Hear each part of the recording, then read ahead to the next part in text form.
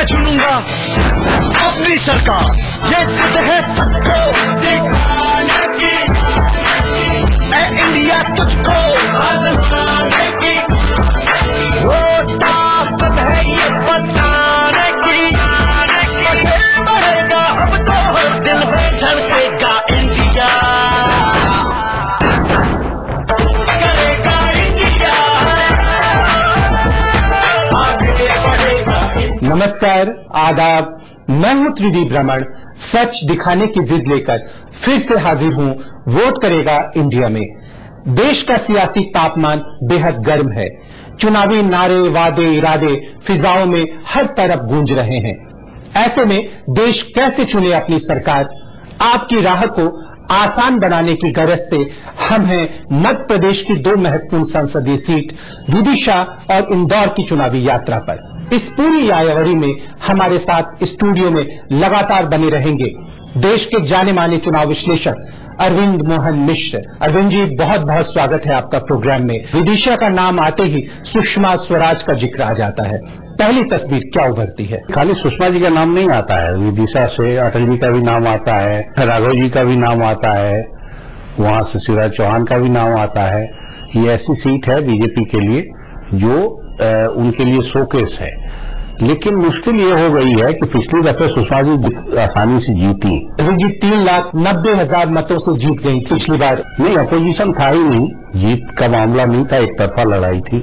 तो उस हिसाब से इलाके में काम नहीं हुए और उनको लेके नाराजगी है कि 5 साल वो क्या करती रही। विदिशा में मोदी लहर एक तरह से माना जा रहा है और सुषमा जी अपनी किसी सभा में नरेंद्र मोदी का नाम नहीं ले रही है। नहीं, वो अपने को या शिवराज जी अपने को अलग प्रोजेक्ट करने की कोशिश कर रहे हैं, अपनी पोजिशनिंग वो बना रहे हैं लोग ठीक, और शायद वो सिनेरियो भी बने। ऐसे नहीं वो लोग देख रहे हैं कि चुनाव के बाद ऐसा सीन बनेगा जिसमें उनकी बारी लग सकती है। अरविंद जी, जो पार्टी में एंटी मोदी पोलराइजेशन जितना भी हुआ उसमें सुषमा जी का नाम प्रमुखता से उभरकर सामने आया। नीतीश कुमार ने उनका नाम लिया, अन्य दलों से दिग्विजय सिंह ने भी उनका नाम लिया, शिवसेना प्रमुख ने उनका नाम लिया।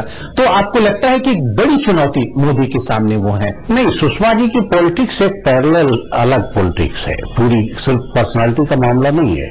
मोदी जो पॉलिटिक्स कर रहे हैं वो व्यक्ति केंद्रित पॉलिटिक्स है, वो कई बुनियादी चीजों से मिलकर बना है जिसमें हिंदुत्व बहुत प्रमुख चीज है। सुषमा जी की पॉलिटिक्स वो नहीं है। सुषमा जी बीजेपी के अंदर भी उस धारा को रिप्रेजेंट करती हैं जो अटल जी की लाइन थी, तो इसलिए उनका एक्सेप्टेंस पार्टी के बाहर काफी होगा। पार्टी के अंदर हो सकता है थोड़ा कम भी हो, या संघ के अंदर थोड़ा कम भी हो, लेकिन पार्टी के बाहर बहुत होगा। लेकिन वही है कि वो पॉलिटिक्स इस बार संघ ने और बीजेपी ने उस पॉलिटिक्स को किनारे किया, मार्जिन पे किया है। अरविंद मोहन के साथ हमारी बातचीत आगे भी जारी रहेगी। सबसे पहले आपको ये बताते हैं कि आज के एपिसोड में आप क्या क्या देखने वाले हैं। प्रोग्राम के आखिरी लम्हों में हम लेकर आएंगे धमाल मचाता एक ऐसा मजाकिया वीडियो जो इन दिनों इंटरनेट पर तेजी से वायरल हो रहा है। और हर रोज की तरह आज भी प्रोग्राम का आगाज होगा सियासी नेपथ्य की आहटों को स्वर देने की कोशिश से, यानी चुनावी चटपट से।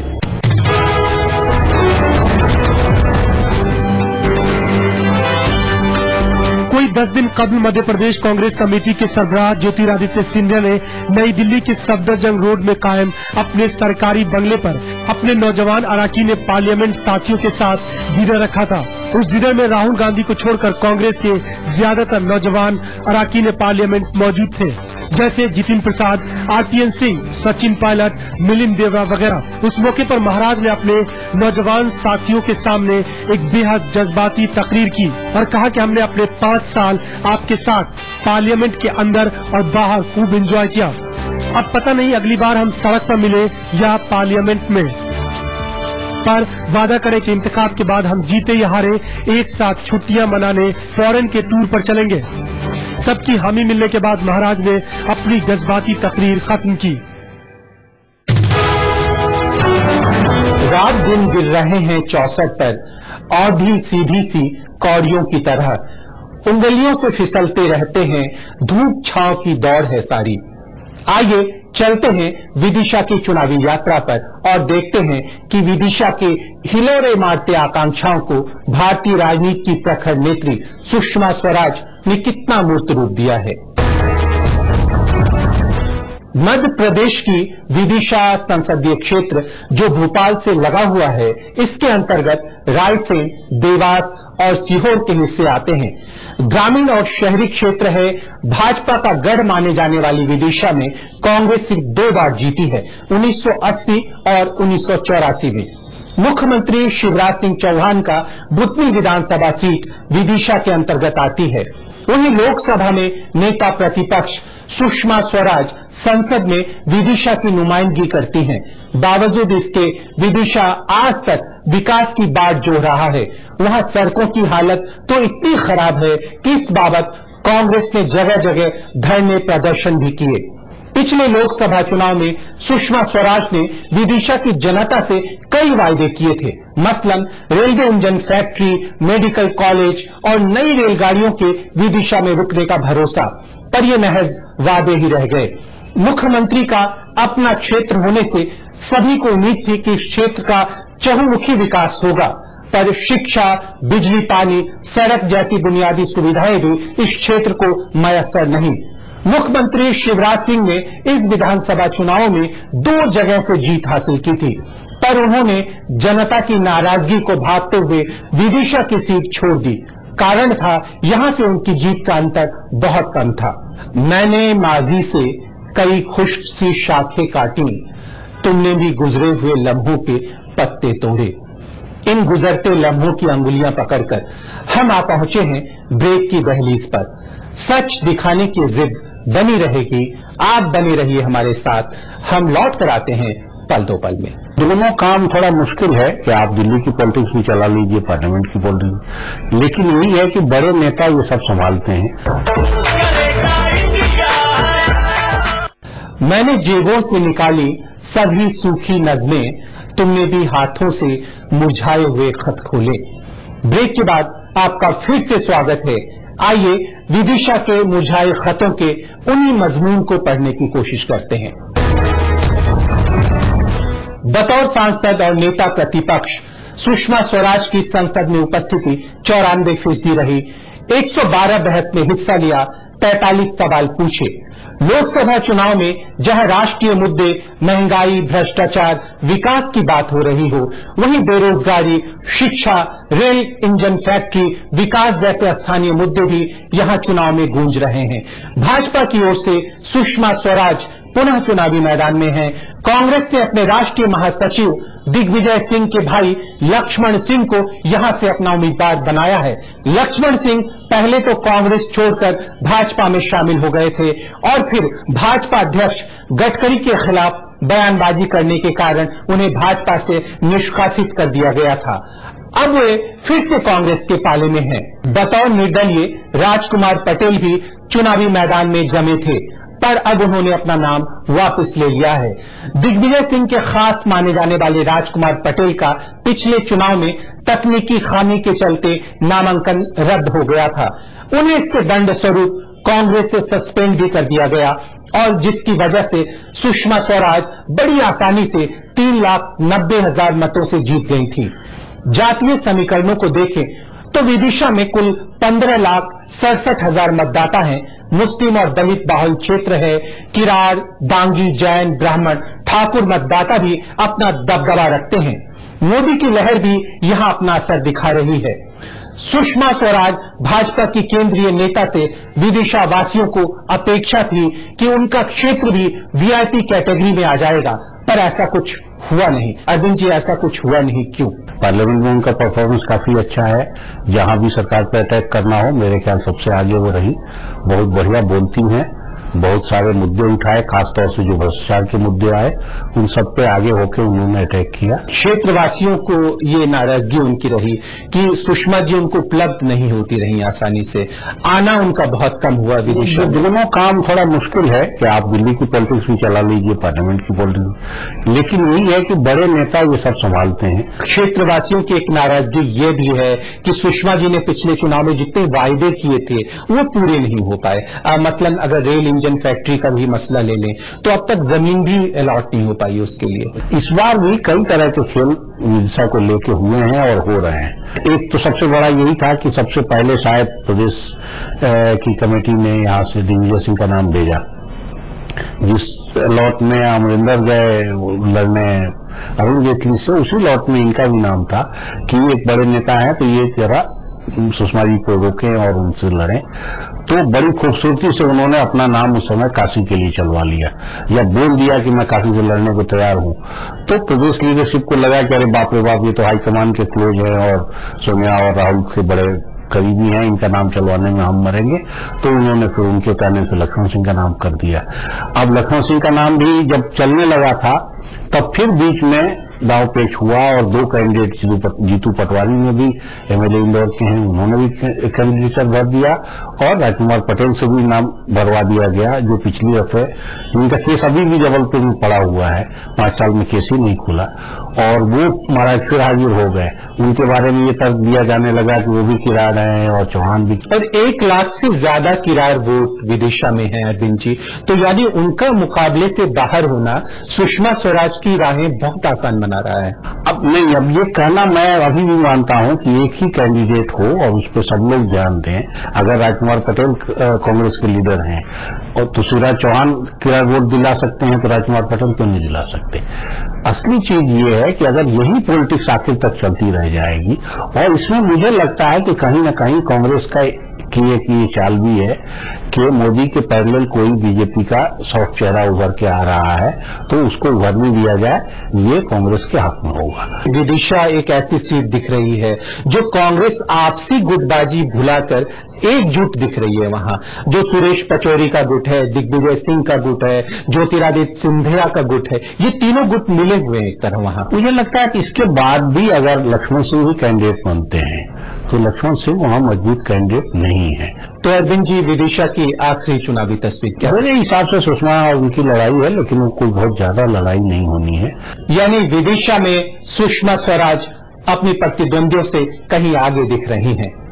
मजलिसे शाम उठे देर हुई, साज मुंह ढाक के सब सो भी चुके। वोट करेगा इंडिया में फिर से वक्त हो गया है एक छोटे से ब्रेक का। ब्रेक से वापस लौटकर हम आपको सीधे ले चलेंगे सुमित्रा ताई की संसदीय सीट इंदौर और जानेंगे कि वहां ताई और भाई ने क्या हाथ मिला लिया है। सच दिखाने की जिद बनी रहेगी, आप बने रहिए हमारे साथ।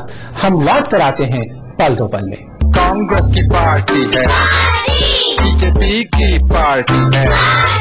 करेगा इंडिया। मैं इस जमीन रहा हूं सदियों तक, गिरा है वक्त से कटके जो लम्हा उसकी तरह। ब्रेक के बाद आपका एक बार फिर से स्वागत है 2014 के चुनावी महासंग्राम को एक नई जुबा देने वाले प्रोग्राम वोट करेगा इंडिया में, जो जिद है सच दिखाने की। आइए अब आपको सीधे ले चलते हैं इंदौर की चुनावी यात्रा पर। मालवाई इलाके में आने वाले होलकर और मराठों का शहर माने जाने वाले इंदौर संसदीय क्षेत्र को मिनी मुंबई भी कहा जाता है। महारानी अहिल्या को यहां क्षेत्रवासी देवी अहिल्या के रूप में पूजते हैं। शहरी क्षेत्र है, मध्य प्रदेश की द्वितीय राजधानी में शुमार होता है। करीब 35 लाख की आबादी वाले शहर में 21,14,079 मतदाता हैं, जिनमें 93,000 युवा मतदाता हैं। यहां के चुनाव में जाति का सिक्का नहीं चलता है। यह एक मेट्रोपॉलिटन सिटी है, विकसित शहर है, पर विकास अब भी बड़ा मुद्दा है। इंदौर में कानून व्यवस्था बदहाल है। अपराध का ग्राफ मध्य प्रदेश में सबसे ज्यादा यहीं पर है। महिलाओं के प्रति भी अपराध में कमी नहीं आई है। चोरी जैसी घटनाएं तो यहां आम बात है। क्षेत्र का प्रतिनिधित्व संसद में भाजपा की सुमित्रा महाजन करती हैं। मराठी भाषी हैं। 1989 से यानी 25 साल से क्षेत्र का प्रतिनिधित्व बतौर सांसद कर रही हैं। यहां सुमित्रा ताई कहलाती हैं। मिलनसार नहीं हैं। क्षेत्र के सामाजिक कार्यों में भी कम ही शिरकत कर पाती हैं। करिश्माई व्यक्तित्व नहीं है, पर भाजपा के पास उनका कोई विकल्प भी नहीं। संसद में सुमित्रा महाजन की 87% उपस्थिति रही, 60 बहस में हिस्सा लिया और 567 सवाल पूछे। इस बार पुनः सुमित्रा महाजन को ही भाजपा ने अपना उम्मीदवार बनाया है।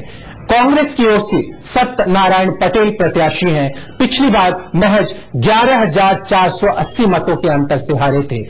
आपकी ओर से अनिल त्रिवेदी अपनी किस्मत आजमा रहे हैं। इंदौर संसदीय क्षेत्र के अंतर्गत 8 विधानसभा आती हैं, जिनमें से 7 पर भाजपा, 1 पर कांग्रेस का कब्जा है। ये आने वाले दिनों में आईटी हब बनने जा रहा है।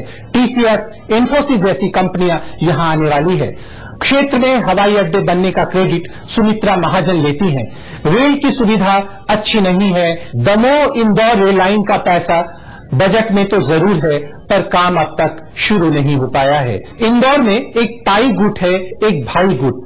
नगरीय प्रशासन मंत्री कैलाश विजयवर्गीय के गुट को भाई गुट कहा जाता है। पिछली बार भाई गुट ने ताई को सपोर्ट नहीं किया था, जिससे उनकी जीत का अंतर काफी कम हो गया था। अरविंद जी महज 11,500 वोटों से जीत पाई थी। पिछली बार और इस बार में फर्क है। पिछली बार लड़ाई काफी अच्छी हुई और बहुत कम मार्जिन रहा, लेकिन इस बार इस बीच विधानसभा चुनाव भी हुए हैं, जिसमें बीजेपी ने स्वीप किया है लगभग, और 8 में से 7 विधानसभा ये पूरा इलाका लगभग स्वीप किया है। मालवा निमाड़ में तो और भी, बाकी जगह भी बीजेपी का परफॉर्मेंस अच्छा रहा है, लेकिन मालवा निमाड़ में बीजेपी ने एकदम स्वीप किया है और कांग्रेस कहीं से चैलेंज करने की स्थिति में नहीं।